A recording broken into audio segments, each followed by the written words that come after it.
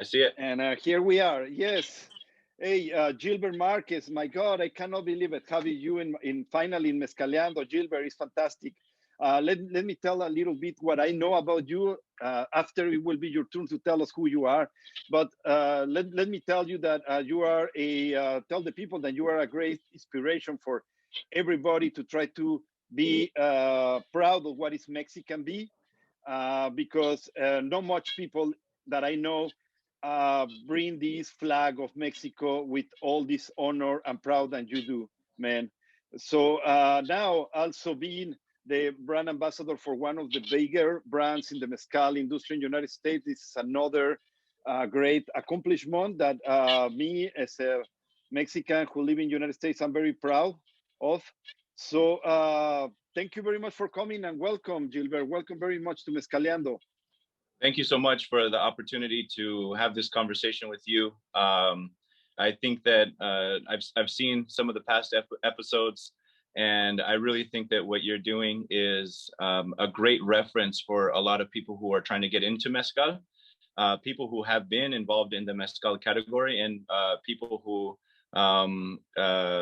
one day, you know, start working with the brand and that type of thing, seeing what actually is going on and what you don't hear sometimes is what I hear a lot on your program here. So putting forth some of the information that you don't otherwise hear, I think is cool too. I think it will be very nice that the other generations and other people can one day visit these programs. I understand what is really sell mezcal in United States in 2020 and 2019, 2018, and well, you and me, we started long time ago, so we know a little more than that. But this year was very complicated. So you know, we start always a mezcaleando with a mezcal, right? So what are you drinking, brother? So I have because I'm moving. I put away my large liquor collection of mezcal. I have a little Ilegal Joven. I have a lot. One reposado, but I'm not gonna open it up. I think I'm just gonna start drinking some Joven. I have some Ilegal Joven. I think the reposado that you have behind, they can totally fill the program. Not problem, man. Yeah. You know what? And then also I have this bottle, but it's long since been finished. I don't know if you recognize that gentleman right there, El Popeye. Oh man, yes, a very tragic end of this guy. But yes, I meet him, man. One of the people who really cool guy, really in love with mezcal. He was a bank robber who moved to moved to Mexico, and really just a lover of mezcal. Siempre decía, you know, my face is like like a map of Oaxaca, you know, with all of the wrinkles and all of the experience that he had. Yes, but I don't know if that's part of his story. He never told me that, but man, yeah, he was a fantastic guy. Yes, I get the opportunity to meet him. Yeah. So there's I think if you Google him, Earl Fish, or no, you'll be able to see some of his history. I believe you can easily Google him, but más conocido en el bajo mundo como el Popeye, el Popeye, o Mezcaloco, claro. O Mezcaloco. Sí, el Mezcaloco, y creo que un barril le cayó encima. Fue muy trágico. Muy trágico, pero estoy seguro que tuvo una buena vida en Oaxaca. Y pues brindemos a su salud. Yo me voy a tomar una pechuga vegetariana contigo hoy, man, de nanche. Oh, all right. Sí. Nice. You know what I'm missing right now? What I'm missing right now is gusano, reposado de gusano. Oh, sí, por ahí debo tener seguramente. Creo que puedo servirme una de esas después. Es este nanchecito que está aquí. Es muy difícil de reconocer el nanche en Estados Unidos. ¿Cómo se dice nanche en inglés? Nanche es que no existe aquí, pero es una planta que es muy conocida en toda Centroamérica. Es una fruta que llega, creo que hasta Michoacán, ¿no? Oh, okay. Uh, See.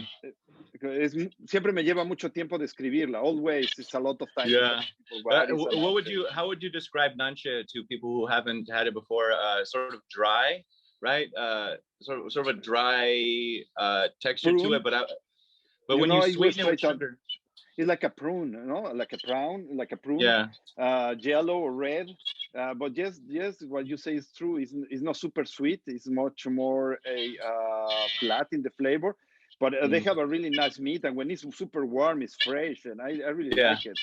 So this is the first pechuga vegetariana that we brought to United States, and I really like it.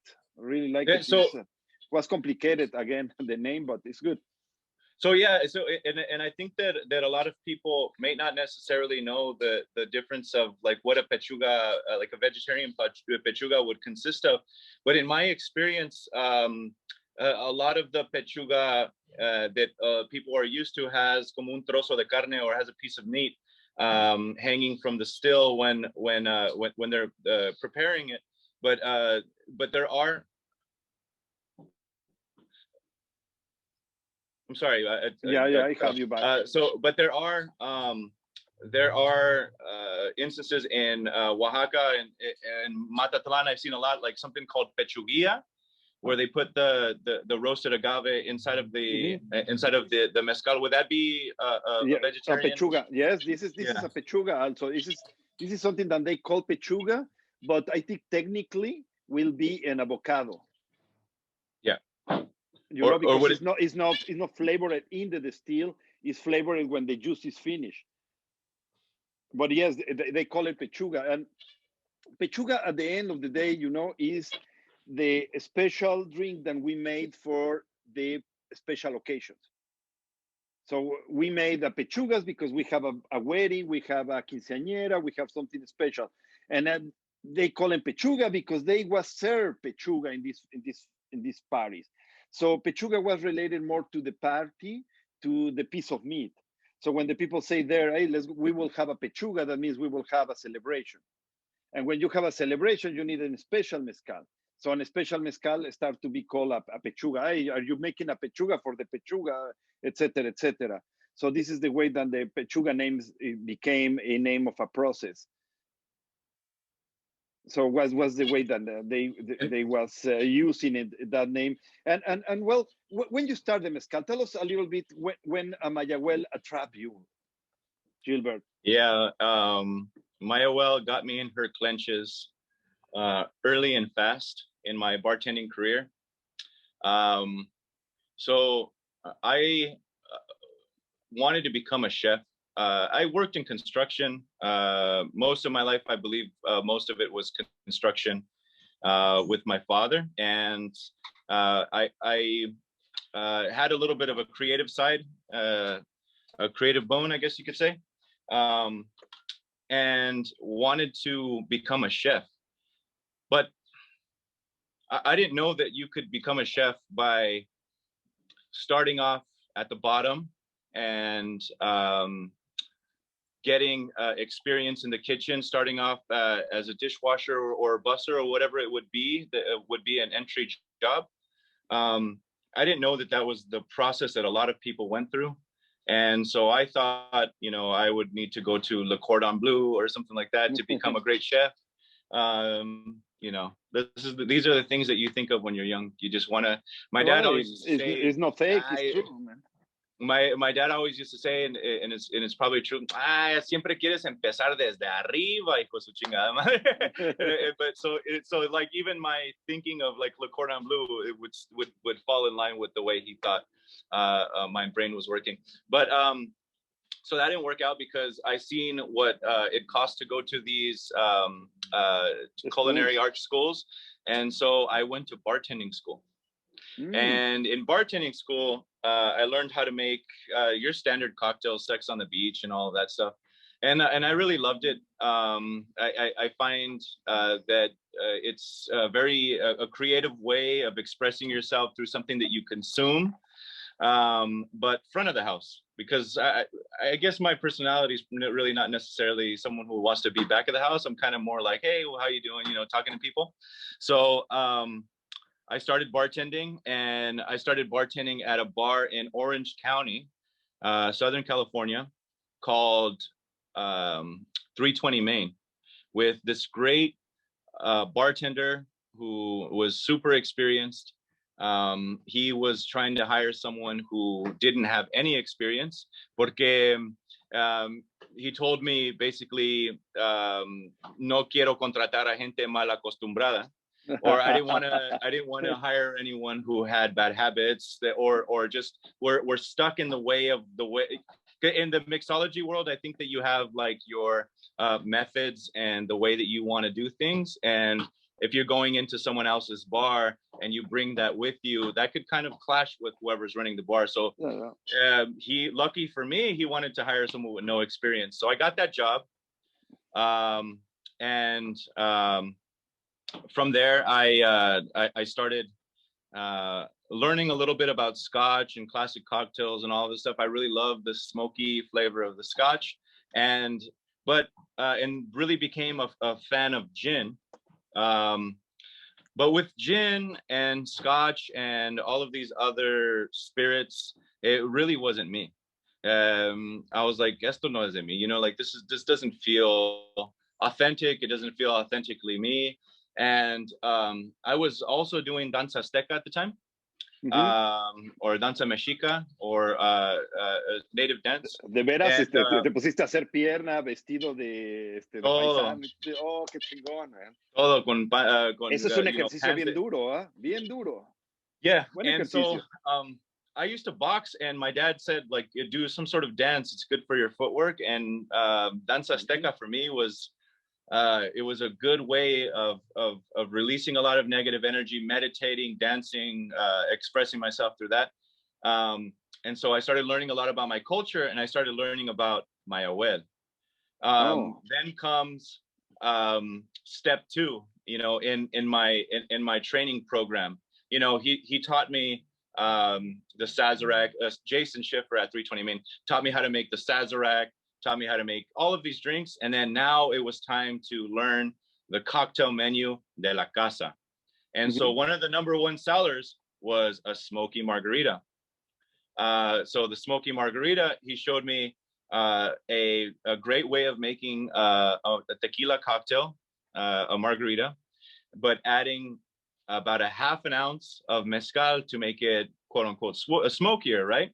And then so I tasted it, and that flavor profile, really, he was making it with chichicapa, Dalmaguey. Yeah, lo conozco. And the cocktail was amazing, and I was like, wow, like what else can you make with mezcal? And we started tasting other cocktails. This was back in the days when people would put mezcal inside of an atomizer, so you can get that aroma, pero nadie como que quería hacer un cóctel de 2 onzas de mezcal, cabrón. Sí, me acuerdo.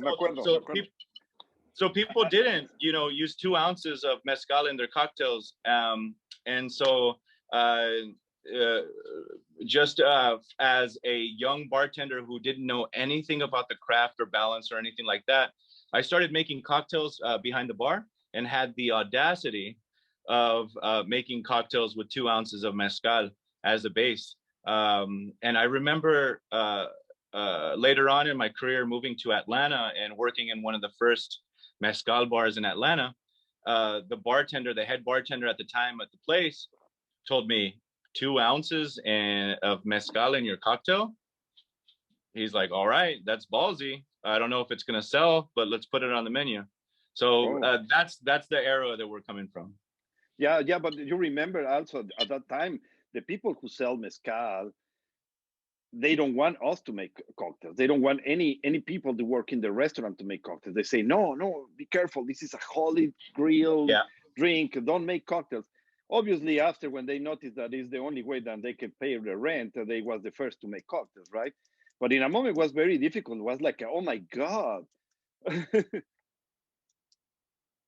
Yes, 100%. This is what we were battling when it came to doing cocktails with mezcal. And one of the first things that I noticed when I read a book that said that mezcal should never be mixed in a cocktail, one of the first things that I did was through Facebook, because I was about to go to Oaxaca. I was running, I just got a manager position at a bar called Escorpion in Atlanta. And pues si voy a hacer esto, lo voy a hacer bien. If I'm going to do this, I'm going to do it right. I'm going to go to Atlanta. I'm going to go to Oaxaca and learn as much, you know. And at the time, you're thinking that if you want to learn about mezcal, you can only go to Oaxaca, right? There's other places that, but you know, this is the information that we had, and that's what it is. So I went to, I was like, okay, I'm going to go to Oaxaca, and I'm going to learn about mezcal. Let me write an email to Ulises Torrentera, who you actually had on your show. And I'm really happy that you did, because I love speaking to him. I really learn a lot when I do speak to him. And I some of the things that I learned or sort of was philosophizing in my brain, a lot of times get validated by him, someone who's been in the mezcal world for so long. So I wrote to Ulises and I said, I seen in one of the books, one of the publishings that you wrote, that you should never mix mezcal in a cocktail. And I want to know, like, what's up with that. And I want to know if I, like, because I really respect this spirit. I really respect this spirit from Mexico. When I first started learning about mezcal, I heard about, you know, Maya Well, and I heard about all of the very important things that I guess a lot of people learn, where you can help support a smaller community by buying this bottle, a community that relies highly on autonomy and not necessarily on the government. So I fell in love with that story, and so I wanted to confirm what I thought I knew, and I wanted to talk to someone who wrote the book on mezcal. So I asked Ulises, you know, I just want to know, like, is it necessarily bad to mix mezcal with in a cocktail? Am I doing the wrong thing?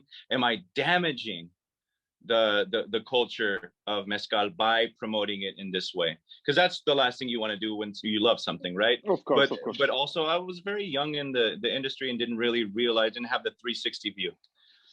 And I emailed him, but no true answer right away. And I went to Oaxaca, and I went to his bar in situ, which at the time was at Chalaparta. That was a long time ago. Long time, yeah. Yeah. So that was I believe that was one of the first places that in situ was, in Chalaparta. So I go in, and I talk to Ulises, and I ask him, hey, I sent you an email. He's like, you know what? I really meant to write you back. And I know, like, you know, sometimes you get busy and you just don't write back right away, especially on social media. Messages get lost. So I said, yeah, so I just want to follow up with the question. And he's like, I've been giving it a lot of thought, and it's not necessarily a no. It's a lot of it is like circumstantial, right? But he did acknowledge that a lot of the sales in the United States, and a lot of the ways to get people to understand the precious nature of jabalí, is to give them a smoky margarita, because you're not going to give them jabalí right away. You know, you're not going to give them a tobala or anything like that, because they could get confused. No, they will get an espadín for sure. Yeah. You're going to want to start. It's the same thing as when you go to a Mexican restaurant or Italian restaurant, the sauces, right? The base sauces. When you go to a Mexican restaurant and you taste the rice, está like, and the rice is soft, but not too soft. And the beans are perfect, and there's no like parts of the beans that are crunchy, and the flavor's great. And that's how you can tell, like, that this is a good restaurant, the base. And for me, the base for a good mezcal would be an espadín. So It's the So king in United States, man. It's the king mhm. in United States. I think it's the king everywhere. The Spadin is just so Yeah, everywhere. yeah, for sure. And it was a good conversation, and it ended in, maybe, I think that the way that we were originally taught to speak about mezcal when all of this first started was very dogmatic. It was very, you should never do this with mezcal, and you should never, and you should Oh my never, God. and don't, and never Oh, do this and never do that. you cannot imagine how I worked hard with that, man. Yeah, Never less than 45, never a warm, never reposado, never. You say never? Fuck you. Never. Yes. Yes. It's all around. Mezcal can be all around the kitchen. You can make a ceviche with mezcal if you want, right? And I saw beautiful cocktails. I think one of the winners of Bacardi, uh, 4 or 5 years ago, have a mezcal Sprite in their drink, right? For the big contest of the international contest of Bacardi, the winner, just to have that, right? So yes, mezcal is everywhere, and all these never just became the reality of our industry. yeah. I think never say never, because then you're gonna be someone who said never make reposado, and then you're gonna end up coming out with a reposado, or never do this, and you're gonna end up doing that. Never say never, because people are listening, and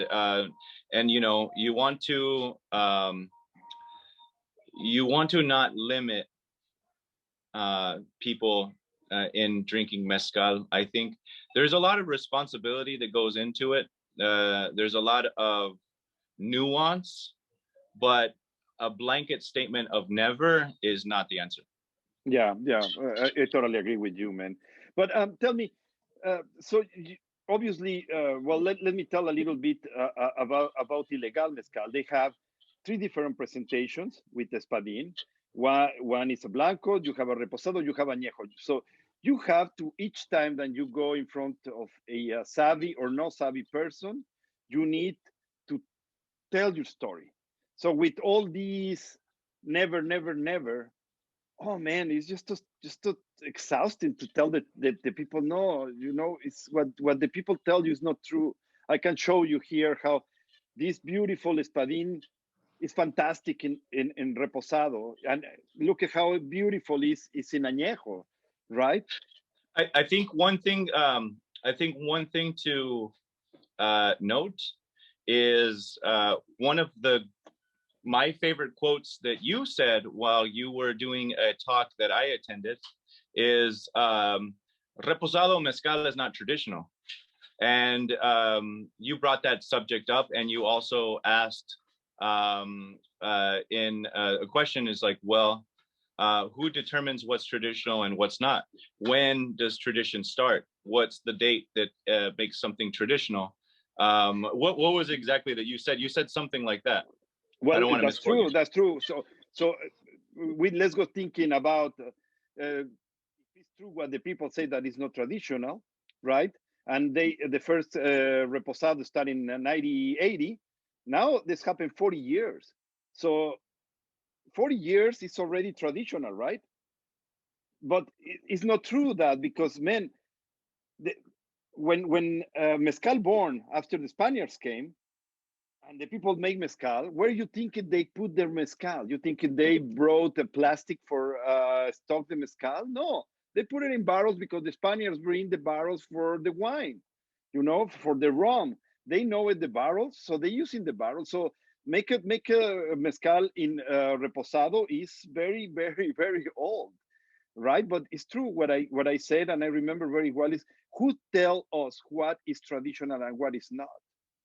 Who is the person that will say, oh man, this is traditional because man, it's 300 years. Okay, but 300 years is a lot. But what's happened in 200 years is traditional or not? Or what's happened 40 years ago is traditional or not? Right? So yes, I am convinced now that I know more that the reposado is one of the first mezcals that we saw. Because if somebody made it in Oaxaca, or if they made it in Jalisco and they want to bring it to Mexico City, they needed to put it somewhere. Yeah, and people, I think, can go to Oaxaca and learn something in one pueblo, and go to the United States, and that is the overall encompassing. This is what mezcal is. This is the law, and that's Yeah, what it is. that's true. That's true. Anyone who That says is anything another else is point. a liar. Think Yeah, about it. Think think about it. about it. Yeah. When you go to the United States, say I'm from, I don't know, Italy, and I'm going to open up an American style restaurant, and I want to learn, and I want to sell barbecue. And I go to Austin, Texas, and I learn how they do barbecue in Texas. And I go back to Italy and I say, this is real barbecue, American barbecue. This is the only way barbecue is made. And I get some tourists from Nashville, or I get some tourists from Tennessee, from other parts of Kentucky. the Yeah, country that are of doing course. different types. Yeah, you got the white sauce, you got a whole, but you got dry rub. There's a lot of ways. Of course, of course. Like they say, there's many ways to skin a cat. There's many a ways lot to of ways. skin a pork. That's true too. That's true too. So imagine going to anywhere, Santa Catarina Minas, and only going there and learning from one mezcalero or mezcalera, and then going back to the United States, and then someone from Matatlan or Sola de Vega or some other place, Miahuatlan, of course. Miahuatlan, goes out and you're telling them, you know, in Minas, you know, you throw a little bit of water inside of the oven so it could get a little bit of vapor, you know, and then so other people and other people say, no, you don't necessarily do that. That's not the way we do it here. So it's just a whole misrepresentation that I think can happen with someone who's not necessarily the right tour guide. Yes, that's true, man. It's like my true is the only true is not necessarily true, right? Both things can be right. When we brought our customers or our friends or our family in Oaxaca, the only thing that they notice is how little is a brand of mezcal. You know, a brand of mezcal is little like this when you see all this world of brands and palenques and the people really working on the mezcal everywhere, and more now that you have mezcaleros going everywhere, right? So yes, the truth is there, and it's a lot of truth. It's not only one way. But yes, was difficult. I think the point where I want to go is was very difficult 10 years ago, try to break all these only true that the first pioneers brought to United States, right? So I always call the 4 big lies: no cocktails, only 45 on up of ABV, a never reposado, and never warms or whatever flavor that you want to put the mezcal. The 4 are super big lies, right? Or they are not truths, but they push that in United States like religiously, and one by one they start be broke by the people, because it's the people who love it.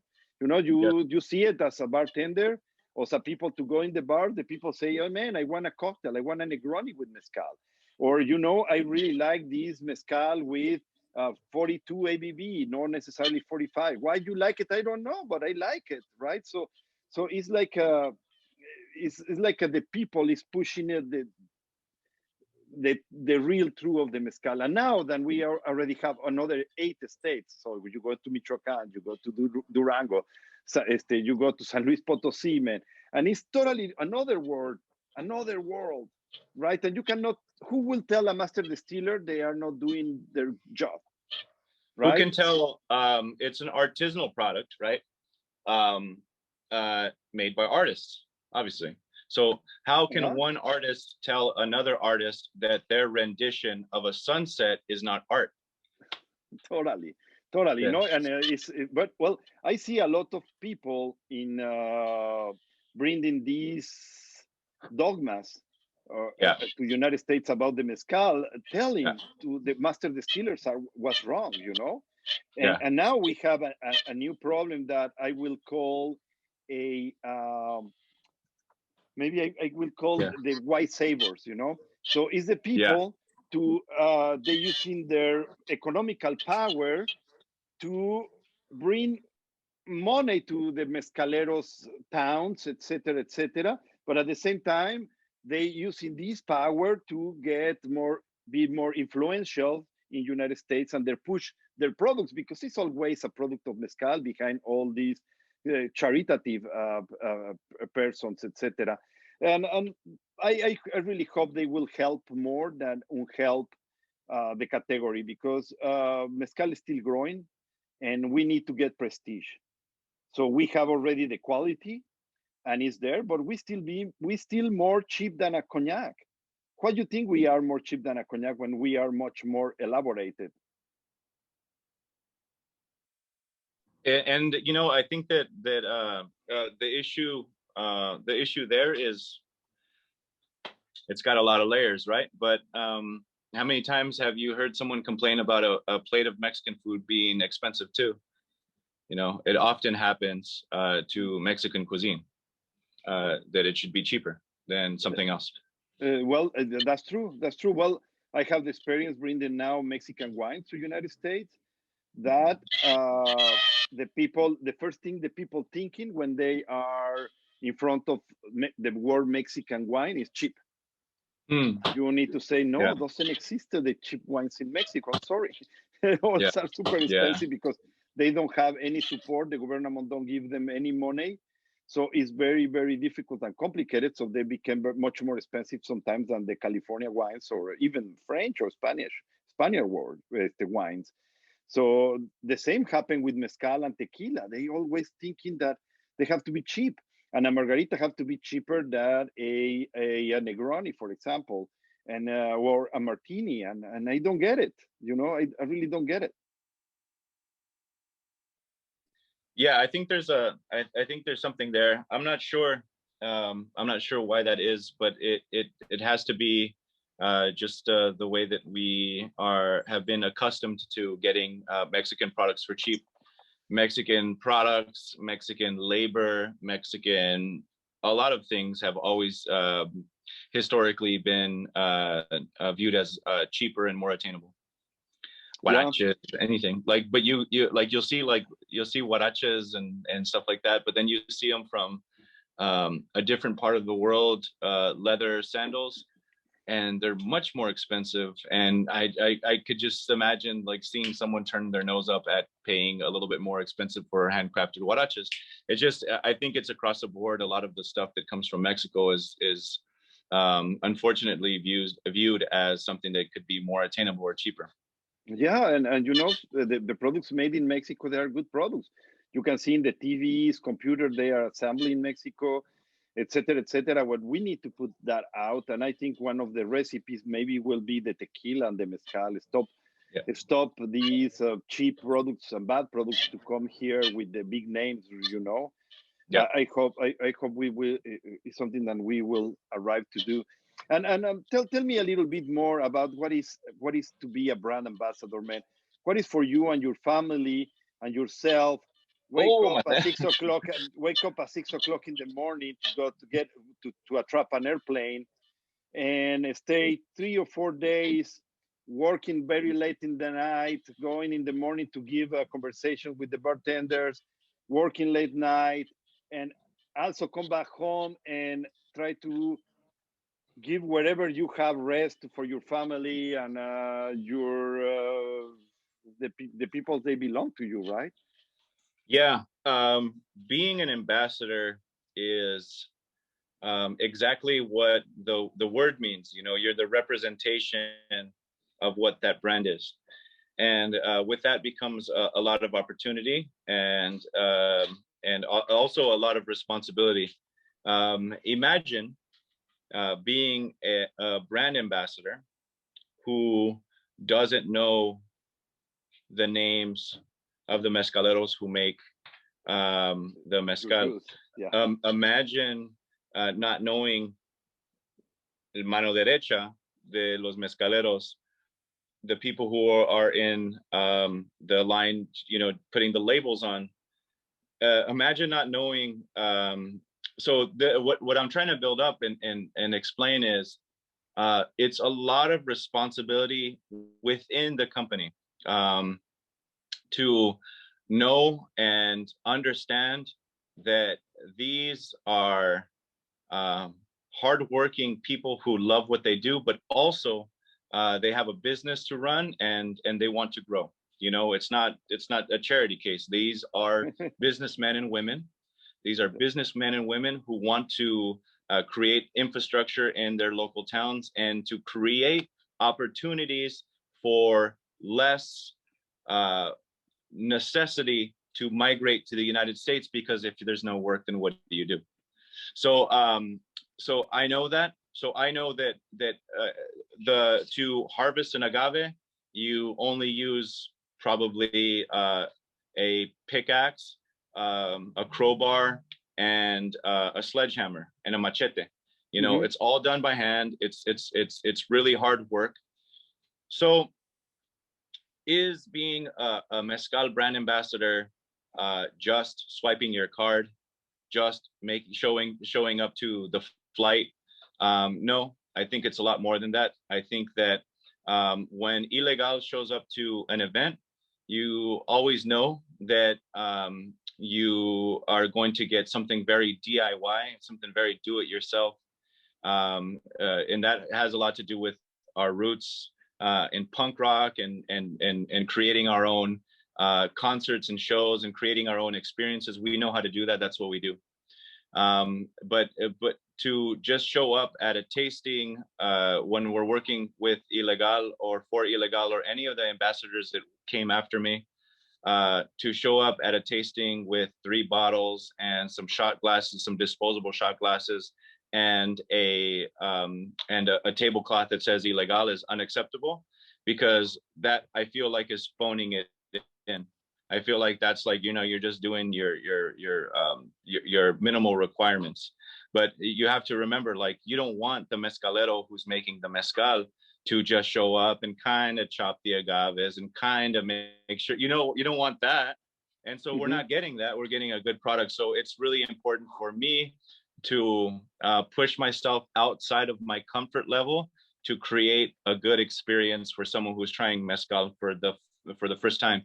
So that's on the business side, and that's like the philosophical side.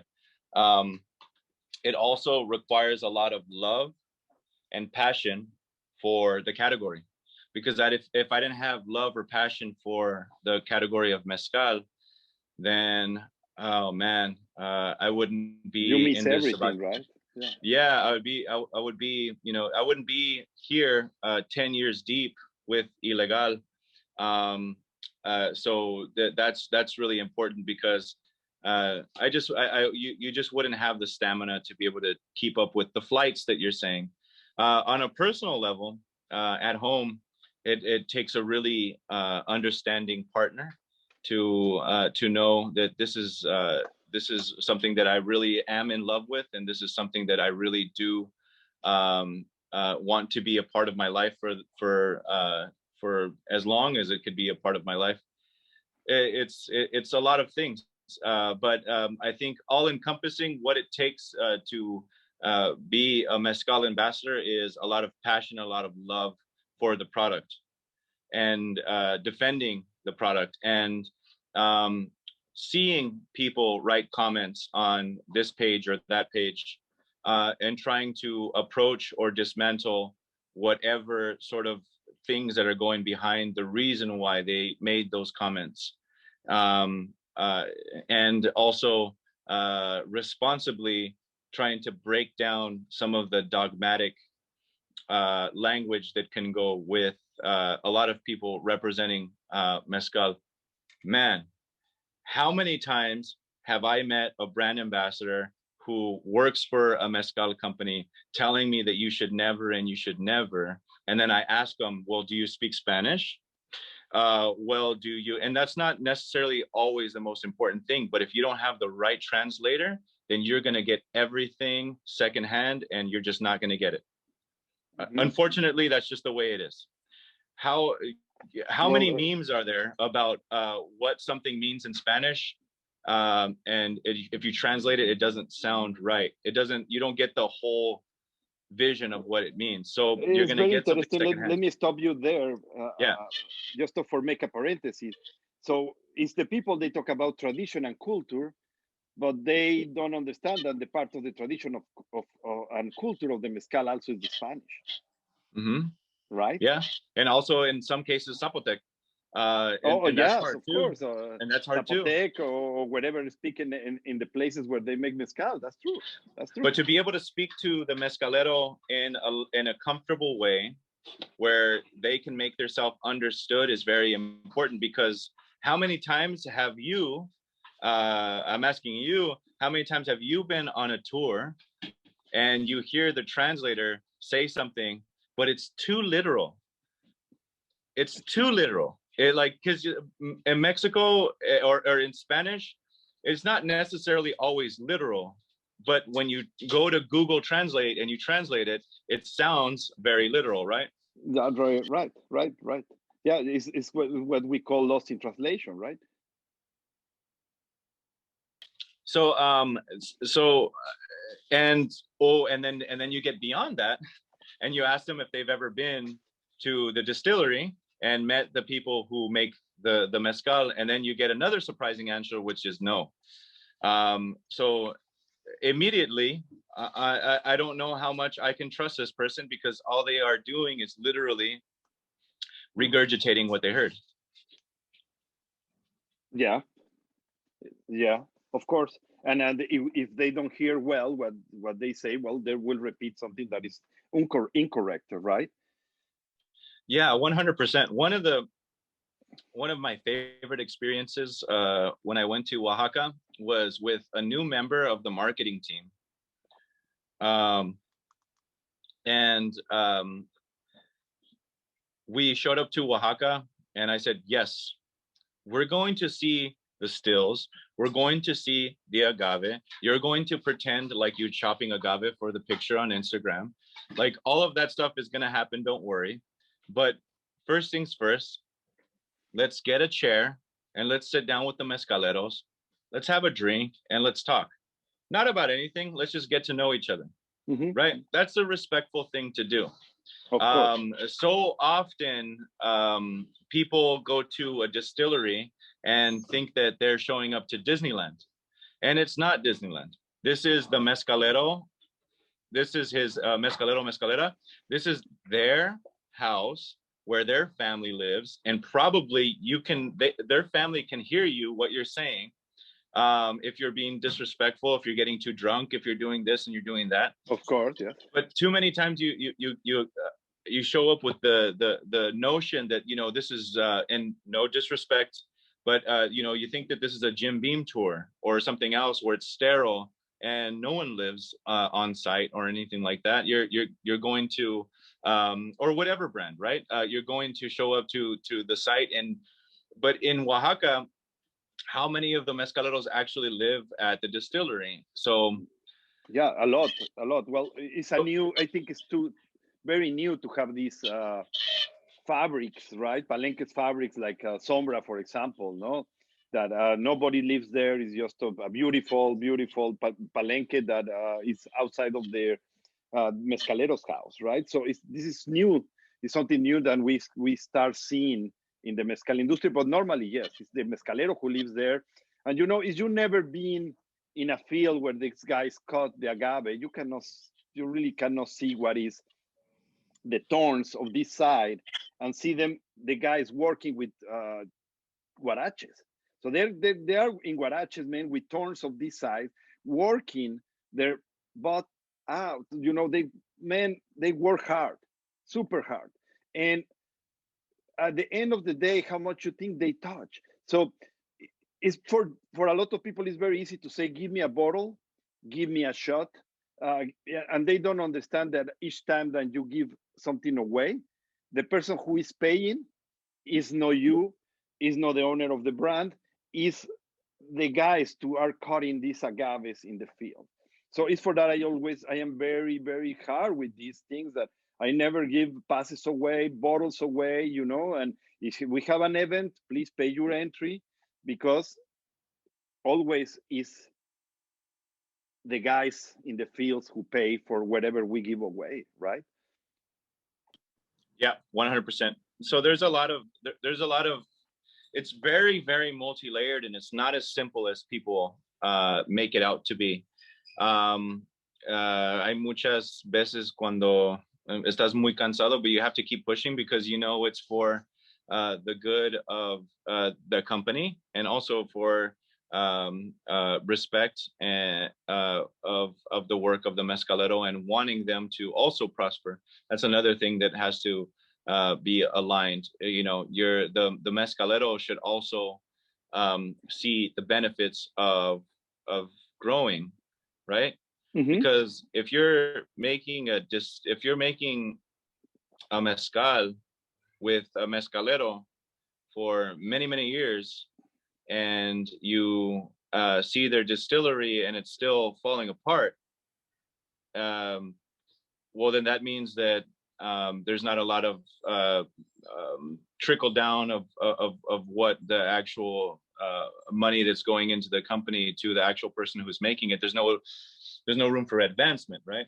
I think Exactly. that's another thing. You see the same palenque in 2094, and after in 2024, it's still the same. Is because the company is not investing in the palenque. That's totally true what you said. Yeah, and And that's another important thing too to note. But um, I think being a mezcal ambassador is a lot harder than it sounds, it and you know is. that. It is. It is. I think it's a big responsibility and it's a passion. And what did you thinking happened with the mezcal in 2020? So we were working a full hard work and full time in 2019. The mezcal growing, I think 38%. You know, so it's humongous. Normally, a company grows between 0 and 10%. It's a lot. It's 38% in 1 year. So we coming in 2020 in March, everything is closed. What's happened? What do you think happened with the mezcal in the United States? They're still growing, you're still selling. Uh, what is your opinion about this 2020 in the mezcal in the United States? I think it's unfortunate for a lot of I guess what you would call like middle of the range brands, because the larger ones, they're gonna get through it, right? The small ones, I mean, the small ones weren't even relying on sales in the beginning because they're smaller brands. So the middle range brands are the ones that are probably having the most difficulty right now. But not to be too romantic, but remember just a couple of years ago, people didn't know what mezcal was. You would say, "Do you want to have some mezcal?" They would say mezcado. You know, they didn't even know what the word mezcal was. Yeah, And I I'm talking agree. about I people. see that incredible, but now it's very rare. It's Happened to me last year, but it's very rare. Yeah. um, so it's a product of Mexico, a resilient people, hardworking people who are not going to let this be the end of them. It took so much work to get to the level of having George Clooney and Randy Gerber, whatever you think about the brand, but to have them pay attention to it. And then the guys from Breaking Bad and all of these other celebrity brands that are popping up. It took so much hard work to get to that sort of level globally for people to understand what mezcal is. I don't think that we're just going to walk silently into the sunset and the category is going to um, um, be crippled by this. But it's going to be hard. But if anyone is up for it, it's gente mezcalera. They're always ready for hard work. So I hope that all of the great brands that we would see at Mexico in a bottle and traveling around, and all of us, you know, conviviendo, and showing our mezcal at tastings. I hope I get to see everybody again very soon.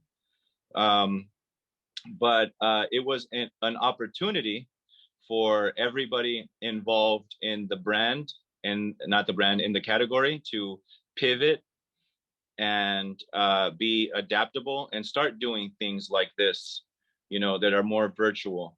And I think that the people who are able to adapt are going to find getting through this is going to be easier than someone who's not willing to adapt or change and go with the flow. Yeah, yeah. And you mentioned right now about the celebrities. You have any thought about these pop up of celebrities owning brands of a product they are cultural and historic, and now they became something fashionable. I sometimes I feel in this just they want a brand for serve something in a party for their friends and say, yes, this is my mezcal, so drink my mezcal. Maybe they think they can make some money with. I don't know, but I don't see a lot of respect for the tradition and culture. Well, um, isn't the problem just that, saying this is my mezcal? So I think even just there, saying this is my mezcal. Um, Well, they what's buy that the famous? mezcal, that's it. But Yeah, you like the mezcal, and you provided an avenue for it to get imported and into this glass and into this party, and for you to, I don't know. It's so complicated. In part, I'm proud to see, like, my family's from Jalisco. I'm proud to see that tequila is so beloved beloved by the masses, that it didn't get, because for a while, like, tequila got like the sort of bad reputation of giving you a hangover and being cheap and all that stuff and taking shots and all that. But then, I think with some more luxury brands, it started getting a lot more respect and like a lot more high premium sort of status. So in one way, like, I could see how that's cool, but if it's just someone's pet project, if it's just someone's like, this is my extra money, I'm going to throw some money in this, and then just nada más para, what do they say, manguerear, or sí, sí, sí, sí, sí. to say that, oh, this is my mezcal brand, or this is my tequila brand. I don't know. I see a lot of problems with that. I mean, famously, Ilegal has a campaign that says no celebrities, just damn good mezcal, meaning that the juice in the bottle speaks for itself. It stands on its own legs and doesn't necessarily need the endorsement of a celebrity. Is it cool? Well, maybe. I mean, I don't know. You like Gladiator? Cool. Well, George Clooney. yes, but we are seeing the brands right now paying millions of dollars to influencers in mini jeeps. The other day, a lady was very scandalized, and I totally understand that when you see a sadomasochist publicity, very machist with one of the brands of the mezcal, and she said, "What's happening here?" Right? Why this brand is getting so macho and abuser of women, and it's a brand of mezcal, right? It's not a whiskey. It's not a. It's normally a product they come from the victims, right? And now they put themselves in the side of the victimaries of the people they really abuse of women. So what happens? What happens? Yeah, Eduardo, what happens when you have a marketing team that doesn't know the culture? Stuff like that happens. exactly. That's a problem. Exactly. Yeah, That's a yes. problem. I'm proud to be part of the marketing team for Ilegal, and to be able to say, I don't want us to we shouldn't do anything for Thanksgiving. Like, why would we do that? Like, as a Mm-hmm. brand that comes from indigenous people or cultures, why would we do like a Thanksgiving dinner? Mm-hmm. You know, although like, but those are things that are, it's ever learning, right? Yeah. You're always like, no, it depends whether you brand, but I think one thing is have a turkey pechuga and going in Thanksgiving, and other is have a brand they is paying a ladies with not too much clothes to announce their brand, and also going in publicity for sadomasochism announcements in some Valentine's Day, right? So well, I doesn't feel like doesn't that just show you, how good their marketing team is? If they have to if they have to appeal to the lowest common denominator to sell their booze, lack of creativity is the first thing that I think of. I'm offended by it. Pero son cosas que pasan, and like, claro, o sea, what no I es would, el fin del what I would mundo, say is no es el fin del mundo. I can't defend that. There's no way of defending that. There's no where, pero like, no es how el could fin you del ever? mundo tampoco. Eso lo entiendo, Gilbert. No es el fin del mundo, no está bien, pero no es el fin del mundo, y es lo que pasa cuando no tienes un talento en tu marketing y cuando tu producto no significa nada. That's what that's what I that's the overall message that I would want to say to that is, you just expose yourself for being uncreative, and also insensitive, and also having a real profound lack of understanding of what the category is and wants. Maybe you should stop going to the lowest common denominator when it comes to selling your mezcal. Little advice I would say is yeah, don't go to the lowest common denominator for your mezcal, y pues pónganse trucha. Like, don't, like, what are you doing with that? Póngase truchas y bueno, van a vender y van a hacer mucho dinero, y el dinero va a llegar a la gente en las comunidades. Eso no es una discusión, porque al fin del día el mezcal es negocio. Yeah, I know, but there's good ways of doing business, and there's bad ways of doing business. Both will make you money if you're doing certain things, but it doesn't necessarily make it a good way of making money. No, yeah, agree. So we really hope. Well, before leaving, I have to say bravo for the creativity of your for your marketing man. Trump es un pendejo, no me cabe la menor duda. Creo que Ilegal ha hecho un gran trabajo representando su mexicanidad, and congrats for that. I think is really cool. And so, what are your plans for the future? When we will see you very soon, man? Are you still in? Are you still in the front of the mezcal industry?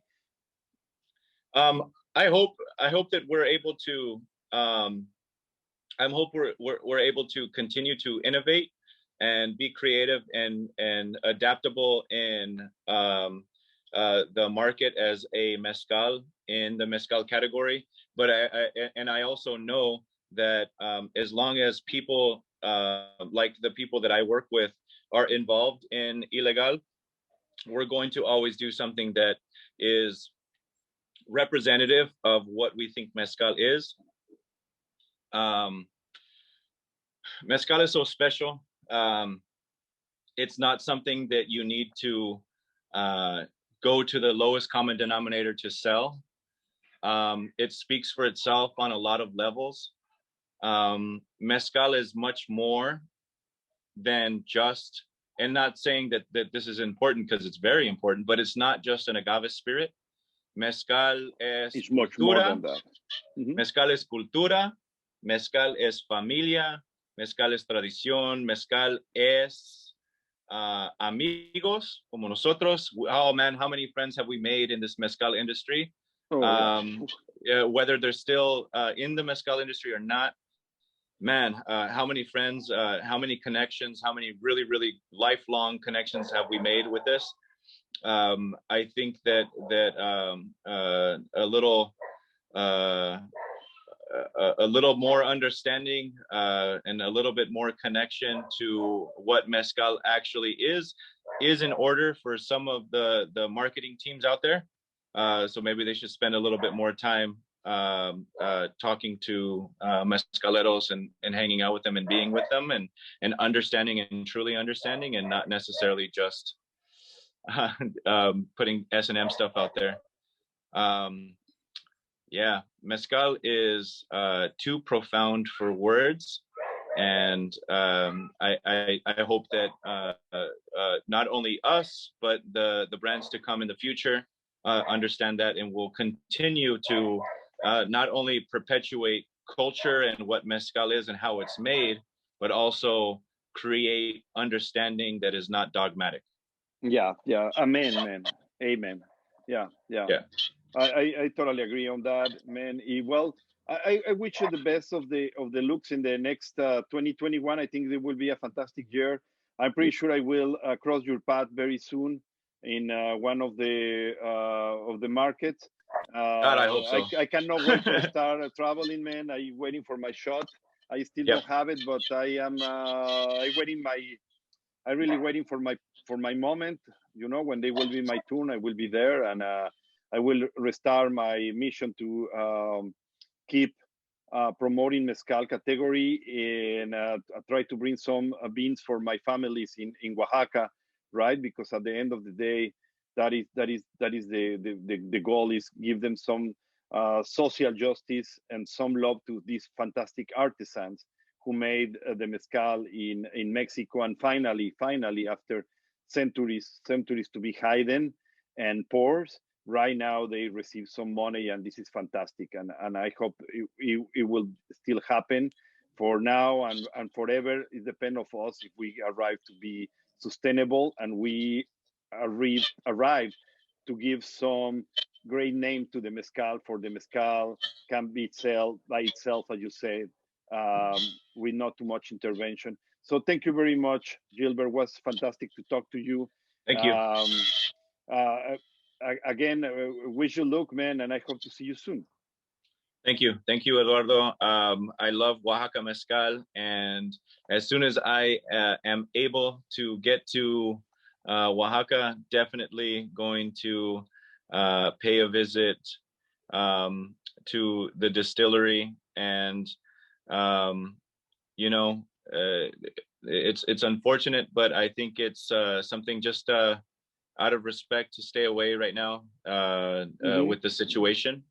I don't want to just go down there because we can, or because we want to get away from the cold.